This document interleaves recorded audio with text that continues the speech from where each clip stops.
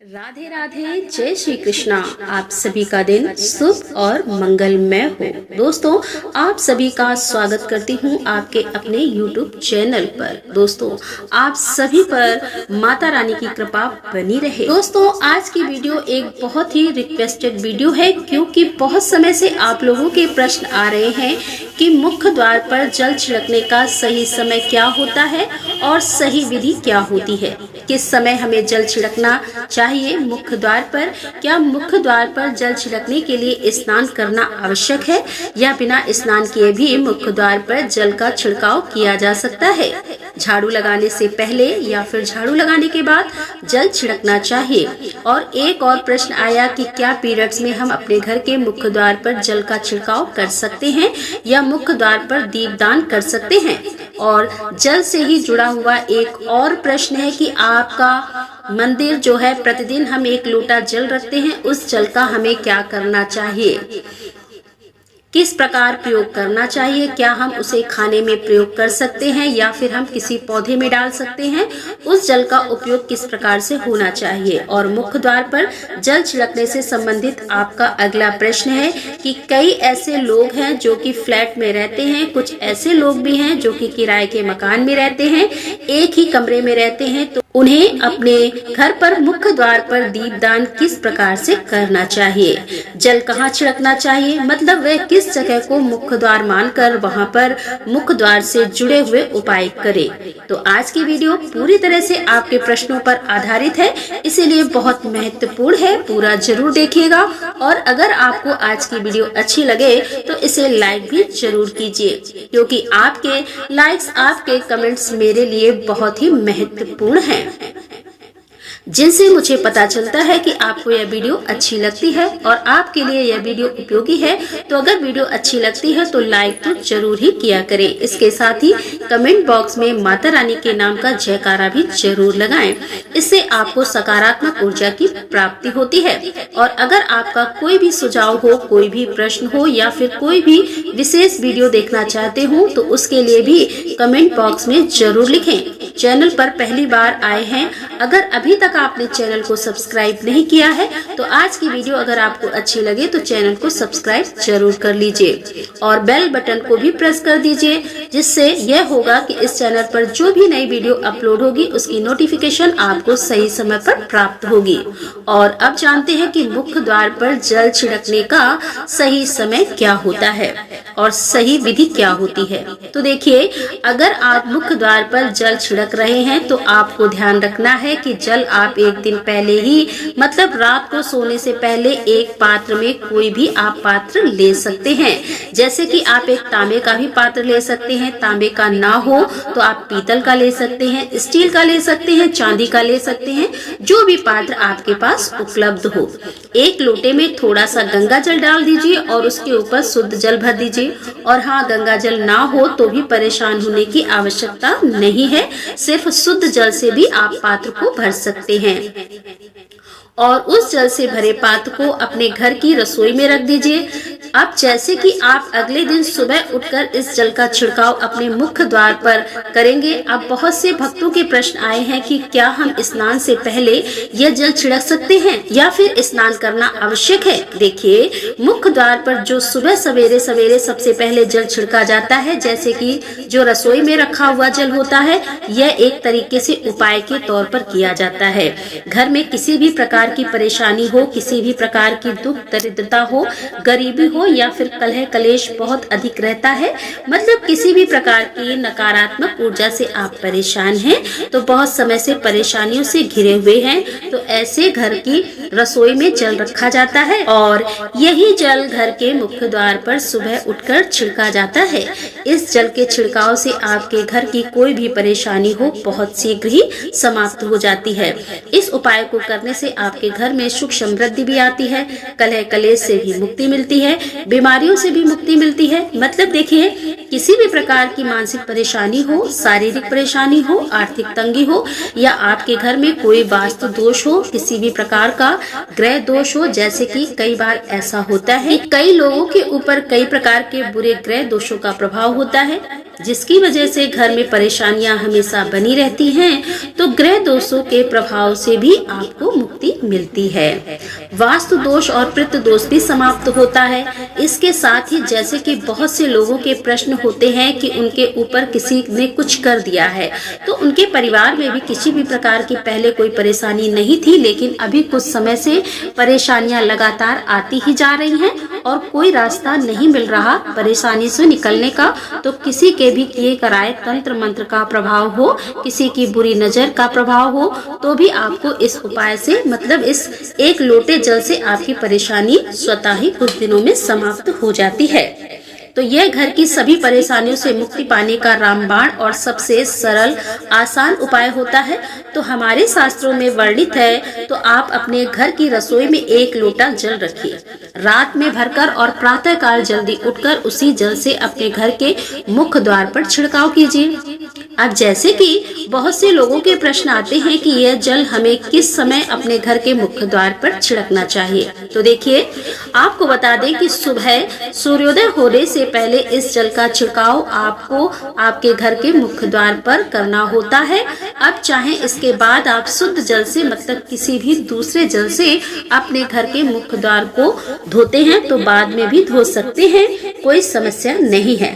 लेकिन इस जल का छिड़काव घर के मुख्य द्वार पर सूर्योदय होने से पहले ही हो जाना चाहिए। और अब जैसे आपका अगला प्रश्न है कि क्या हमें स्नान करके इस जल को छिड़काव अपने घर के मुख्य द्वार पर करना चाहिए या फिर बिना स्नान किए भी कर सकते हैं। तो देखिए ये जो हम जल छिड़कते हैं, मतलब ये उपाय होता है, तो इसे हम स्नान करने के बाद नहीं करते। सुबह जल्दी उठते हैं और उठकर सबसे पहले घर की रसोई में जाएंगे, उसके बाद उस जल को लेकर आप घर के मुख्य द्वार पर जाएंगे और मुख्य द्वार खोलकर, मतलब मेन गेट खोल दीजिए और उसके बाद मुख्य द्वार पर इसी जल का छींटा दीजिए, यानी कि छिड़काव कर दीजिए। और जल का छिड़काव करते समय अपने पितरों का ध्यान कीजिए, माँ लक्ष्मी का ध्यान कीजिए, क्योंकि कहा जाता है कि सुबह सुबह माँ लक्ष्मी प्रत्येक द्वार पर आती है, सबके द्वार पर आती है। जिनके भी द्वार खुले होते हैं, जिनके घर में जल का छिड़काव मुख्य द्वार पर हुआ रहता है, उसके घर में वह प्रवेश कर जाती है। तो माँ लक्ष्मी का अपने मन में ध्यान कीजिए और एक तरह से प्रार्थना कीजिए कि हे माँ लक्ष्मी, आप मेरे घर में प्रवेश करें, मैं आपका स्वागत करने के लिए तैयार हूँ। और इसके बाद अपने पितरों का ध्यान कीजिए, क्योंकि हमारे घर की जो दहलीज होती है वहीं पर पितरों का वास माना जाता है। तो जब आप दहलीज पर जल के छींटे देते हैं तो आपके पितर बहुत तृप्त हो जाते हैं और उनका आशीर्वाद भी आपको प्राप्त होता है। तो सुबह जो आप जल छिड़कते हैं, इसके लिए स्नान करने की आवश्यकता नहीं है, बिना स्नान किए भी कर सकते हैं। और अब आपका अगला प्रश्न है कि क्या झाड़ू लगाने के बाद हमें जल का छिड़काव करना चाहिए या फिर झाड़ू लगाने से पहले भी जल का छिड़काव कर सकते हैं। तो देखिए, जैसा मैंने आपको पहले ही बताया है कि सोकर उठने के बाद सबसे पहला कार्य जो आपका करना है वह जल का छिड़काव ही करना है। उसके बाद आप झाड़ू लगा सकते हैं, लेकिन एक चीज का ध्यान रखिए, जब हम सोकर उठते हैं तो सबसे पहले बिस्तर पर बैठे हुए अपने दोनों हथेलियों को जोड़कर और दोनों हथेलियों को सामने से जोड़कर पूरी हथेली को देखा जाता है, उसमें माँ लक्ष्मी का ध्यान किया जाता है। उसके साथ ही पंच देवताओं का ध्यान किया जाता है। पंच देवता कौन कौन से होते हैं? माँ दुर्गा, भगवान शिव, भगवान श्रीहरि, विष्णु, गणपति, गजानन और भगवान सूर्य देवता। ये पंच देवताओं का ध्यान अपने हाथों में ही करते हैं, हथेलियों में ही करते हैं। और कराग्रे वस्ते लक्ष्मी, कर मध्य सरस्वती, कर मूले तू गोविंदा, प्रभात कर दर्शनम। इस मंत्र का उच्चारण आप चाहे तो कर सकते हैं, नहीं करते हैं तो भी कोई बात नहीं। अपने इष्ट देवता का और पंच देवताओं का ध्यान अपनी हथेलियों में कर लीजिए। उसके बाद दोनों हाथ जोड़कर सभी देवी देवताओं को प्रणाम किया जाता है और उसके बाद अपने हाथ से पृथ्वी का स्पर्श करते हैं, धरती को छूकर प्रणाम करते हैं 2 बार या 3 बार। और उसके बाद अपना दाहिना पांव पृथ्वी पर रखते हैं, धरती पर रखते हैं। उसके बाद ही बाकी के जो सभी कार्य होंगे वो उसके बाद ही किए जाएंगे। जल का छिड़काव आप उसके बाद ही करेंगे, मतलब सुबह उठने के बाद सबसे पहले हथेलियों के दर्शन, फिर धरती को प्रणाम कीजिए, फिर धरती पर पैर रखिए और उसके बाद रसोई में जाकर आपको जल लेना है और घर का मुख्य द्वार खोलकर मुख्य द्वार पर जल का छिड़काव करना है। माँ लक्ष्मी का और अपने पितरों का ध्यान करना है। उसके बाद आप अपने घर में आ जाएंगे और उसके बाद जो भी आपको रूटीन वर्क होते हैं, मतलब झाड़ू लगाएं या फिर आप स्नान करेंगे, ये सभी कार्य उसके बाद किए जाएंगे। और जब जैसे कि कई लोगों के प्रश्न आते हैं कि जब हम जल का छिड़काव करते हैं, क्या उसी समय हम घर के मुख्य द्वार पर झाड़ू लगाकर और पानी डालकर क्या हम मुख्य द्वार की अच्छे से सफाई कर सकते हैं? जी हाँ, बिल्कुल आप कर सकते हैं। पहले आप जो रसोई में रखा हुआ जल है उस जल का छिड़काव कर दीजिए। उसके बाद और भी पानी डालकर, मतलब अगर आपके पास जल और उपलब्ध है तो जल लेकर और घर के मुख्य द्वार की अच्छी तरह से झाड़ू से या कैसे भी सफाई कर सकते हैं। और कई लोगों के प्रश्न आए हैं कि हम किसी फ्लैट में रहते हैं या फिर किसी ऐसे कमरे में रहते हैं, किराए के कमरे में है कि हमारे पास एक ही कमरा है, तो हम जल का छिड़काव या फिर दीपदान कहाँ पर करें, किसे हम अपना मुख्य द्वार माने। देखिए, जो आपका अपना कमरा है या फिर जो भी फ्लैट है आपका, जहाँ पर आपका नेम प्लेट लगा हुआ है, आप उसी स्थान पर दीपदान करेंगे और उसी स्थान पर आपको जल का छिड़काव करना है। मतलब जहाँ पर आपका अगर एक ही कमरे का मकान है तो आपके कमरे का जो दरवाजा है वहीं पर आपको थोड़ा सा जल छिड़कना है और वहीं पर आप दीपदान भी करेंगे। जो भी मुख्य द्वार से जुड़े हुए उपाय होते हैं वह आप अपने घर के, मतलब जो अपना कमरा है उसके बिल्कुल दरवाजे के पास ही करेंगे। और आपका अगला प्रश्न है कि क्या पीरियड्स में हम अपने घर के मुख्य द्वार पर जल का छिड़काव कर सकते हैं, दीपदान कर सकते हैं? तो देखिए, जल का छिड़काव करने के लिए पीरियड्स हो या ना हो उससे कोई फर्क नहीं पड़ता, आप जल का छिड़काव कर सकते हैं। रही बात दीपदान की, तो दीपदान देखिए कार्मिक पूजा में आ जाता है। कार्मिक पूजा हम बिना शुद्ध हुए नहीं कर सकते, मतलब पीरियड समाप्त होने के बाद ही आप कर सकते हैं।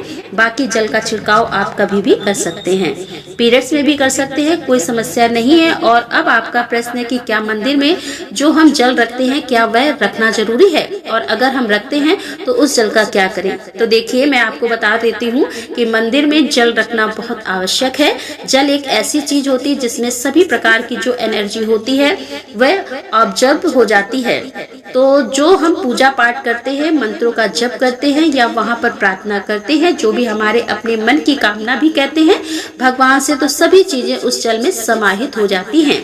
इसीलिए पूजा करने से पहले घर के मंदिर में 1 लोटा जल रखा जाता है और उसके बाद दीपदान, मतलब एक दीपक प्रज्वलित कर दिया जाता है। यह अग्नि और जल का एक तरह से बैलेंस भी हो जाता है और इसीलिए शास्त्रों के अनुसार घर के मंदिर में 1 लोटा जल भी हमेशा होना चाहिए और दीपक भी प्रज्वलित करना चाहिए। तो अब इस जल का करना क्या है? देखिए, जब हम जल रखते हैं ना तो सुबह की पूजा में रखते हैं, मतलब सुबह जो हम पूजा करते हैं प्रातःकालीन पूजा, उस समय जल रखा जाता है और वह जल हम अगले दिन उठाते हैं। मतलब जब आप अगले दिन पूजा करने जाते हैं स्नान इत्यादि करने के बाद, तो आप उस जल को उठाते हैं। सबसे पहले तो उस जल का प्रयोग सुन लीजिए, आप अपने घर के सारे कमरों में, मतलब पूरे घर में उस जल का छिड़काव करते हैं, तो इससे आपके घर का शुद्धिकरण हो जाता है, क्योंकि वो बहुत ही पॉजिटिव एनर्जी से भरा हुआ जल होता है। उस जल का छिड़काव करने से किसी भी प्रकार की नकारात्मक ऊर्जा का प्रवेश आपके घर में नहीं होता। किसी भी प्रकार की परेशानी आपके घर में हो, अगर आप नियमित रूप से उस जल का छिड़काव करें अपने घर में, तो निश्चित ही आप परेशानियों से मुक्ति पा जाते हैं। दूसरा इसका उपाय आप कर सकते हैं, जैसे कि घर में कोई बीमार हो तो आप इस जल को उस व्यक्ति को पीने के लिए दे सकते हैं और यह जल इतना पावरफुल होता है कि इस जल को पीने से बड़ी बीमारियों से, मतलब लंबी बीमारियों से भी धीरे धीरे राहत मिलने लग जाती है। कई बार होता है ना कि आप लोग के प्रश्न आते हैं कि दवाई तो हम कर रहे हैं लेकिन दवाई हमें लगती ही नहीं, दवाई का कोई प्रभाव ही देखने को नहीं मिलता। तो ऐसे में अगर उस जल को पीने के लिए रोगी को दिया जाए तो बहुत शीघ्र दवाइयाँ काम करने लग जाती है। और जैसे कि परिवार में अगर बहुत अधिक कलह क्लेश रहता है, हमेशा आपस में सामंजस्य बनता ही नहीं है, आपस में हर बात पे मतभेद होता है, तो परिवार के सभी सदस्य इस जल में अगर थोड़ा थोड़ा पीते हैं तो धीरे धीरे विचारों में परिवर्तन आने लग जाता है। सकारात्मक विचार सभी के होने लग जाते हैं और आपस में समन्वय होने लगता है। परिवार से कलह क्लेश और मतभेद हमेशा के लिए समाप्त हो जाता है। और मंदिर में रखे हुए जल का अगला उपाय क्या है देखिए, अगर आप कोई दुकान करते हैं, कोई व्यापारिक स्थल है आपका, तो प्रतिदिन इसी जल में से थोड़ा सा जल ले जाकर दुकान पर, व्यापारिक स्थल पर छिड़काव कीजिए। इससे आपका दुकान, आपका काम बहुत अच्छा चलता है। मतलब किसी भी प्रकार की परेशानी आपके व्यापारिक स्थल पर नहीं आती, क्योंकि जैसा मैंने आपको बताया है, यह जल जो होता है ये बहुत ही पावरफुल होता है, बहुत पॉजिटिव होता है। तो इस जल का छिड़काव करने से बहुत सारी परेशानियां स्वतः ही समाप्त हो जाती हैं। जैसे अगर आपकी दुकान पर किसी की नजर लगी है, बहुत से लोगों के प्रश्न आते हैं कि हमारे काम को किसी ने बांध दिया है, मतलब किसी की बुरी नजर ऐसे लग गई है कि पहले तो दुकान बहुत अच्छी चलती थी, लेकिन अब दुकान जो है बिल्कुल अच्छी नहीं चल रही है। तो आप इस उपाय को कर सकते हैं। निश्चित ही बहुत जल्दी आपको परेशानियों से मुक्ति मिल जाती है। इसके लिए आपको विश्वास करना बहुत जरूरी है। और हाँ, मंदिर में रखे हुए जल को आप अपने घर की रसोई में खाना बनाने में, पीने में भी प्रयोग कर सकते हैं, लेकिन खाना बनाने में प्रयोग तभी कीजिए जबकि आपके घर में बिल्कुल सात्विक भोजन बनता हो। मतलब लहसुन प्याज अगर आपके घर में बनता हो तो खाना बनाने में इस जल का प्रयोग नहीं किया जा सकता। फिर आप इस जल को थोड़ा थोड़ा परिवार के सदस्य मिलकर ग्रहण कर सकते हैं, और बचे हुए जल को आप अपने घर में पौधों में डाल सकते हैं। तो देखिए, ऐसा नहीं है कि मंदिर पर रखा हुआ जल बेकार होता है, किसी काम का नहीं होता है। बहुत सारे उपयोग इस जल के होते हैं। अगर हम सही तरीके से प्रयोग करें तो अपने जीवन की बहुत सारी परेशानियों को समाधान मात्र इस लोटे के जल से हम कर सकते हैं। तो ध्यान रखिएगा कि मंत्रों से अभिमंत्रित जल बहुत महत्वपूर्ण होता है, बहुत शक्तिशाली होता है, और हमारे घर के मंदिर पर रखा हुआ जल देवताओं का आशीर्वाद होता है, क्योंकि पूरे समय वह देवताओं के पास होता है, देवी देवता वहाँ पर रहते हैं। तो उस जल में हर प्रकार की शक्ति समाहित होती है, जो कि सकारात्मक शक्तियां होती हैं। और इस जल का प्रयोग अगर हम सही तरीके से करते हैं, मतलब उसके पीने में करते हैं, खाना बनाने में करते हैं, घर में जल का छिड़काव करने में करते हैं, तो इससे हमारी समस्याओं का समाधान होता है। और कोई भी कार्य अगर नियमित तौर पर मतलब प्रतिदिन किया जाता है तो उसका हमें लाभ प्राप्त होता है। कभी कभी करेंगे तो निश्चित ही आपको उतना लाभ दिखाई नहीं देगा, लेकिन अगर आप नियम बना लेंगे कि हर रोज उसी जल से घर में छिड़काव करना है, घर में प्रत्येक व्यक्ति को थोड़ा थोड़ा पीने के लिए देना है, बचे हुए जल को पौधों में डाल दीजिए, दुकान पर छिड़क दीजिए, अपने घर के व्यापारिक स्थल पर छिड़काव कीजिए, बच्चों की बुक शेल्फ में, अपने घर की तिजोरी में, हर जगह इस जल का छिड़काव कीजिए और नियमित तौर पर कीजिए। चमत्कार आपको निश्चित ही देखने को मिलेगा। इसी प्रकार से जो रसोई में रखा हुआ जल होता है उसका छिड़काव अपने घर के मुख्य द्वार पर कीजिए, तो इसका भी आपको लाभ बहुत ही शीघ्र दिखाई देगा। लेकिन इसे अपने रूटीन में शामिल करना होगा, प्रतिदिन नियम से यह कार्य करना होगा, तभी आपको लाभ देखने को मिलेगा। और हाँ, कई लोगों के प्रश्न आते हैं कि मंदिर पर जो रखा हुआ जल होता है वह जब हम अगले दिन उठाते हैं तो उसमें कई बार कुछ चीजें पड़ जाती हैं, तो कोई कीड़े मकोड़े पड़ जाते हैं, क्योंकि खुला होता है। तो क्या हम उसे ढक सकते हैं? जी हाँ, बिल्कुल ढक सकते हैं। जब आप पूजा करते हैं तो सुबह के समय जब तक पूजा कर रहे हैं तब तक तो मंत्रोच्चारण कर रहे हैं, तब तक जल खुला रखिए, और उसके बाद जैसे कि आप पूजा घर से उठते हैं तो उससे पहले जल को किसी भी प्लेट से या कटोरी से ढक दीजिए। फिर जब आप अगले दिन उस जल को उठाएंगे तो बिल्कुल शुद्ध साफ सुथरा जल आपको मिलेगा, और उस जल का प्रयोग आप अपने किसी भी कार्य में कर सकते हैं। तो दोस्तों, यह थी आज की वीडियो। उम्मीद करती हूँ आपके सभी प्रश्नों के उत्तर इस वीडियो में मिल गए होंगे। इसके अलावा भी अगर आपका कोई प्रश्न हो तो कमेंट बॉक्स में लिख सकते हैं। तो दोस्तों, मिलते हैं अगले वीडियो के साथ। तब तक के लिए राधे राधे, जय श्री कृष्णा, हर हर महादेव, जय भोलेनाथ की।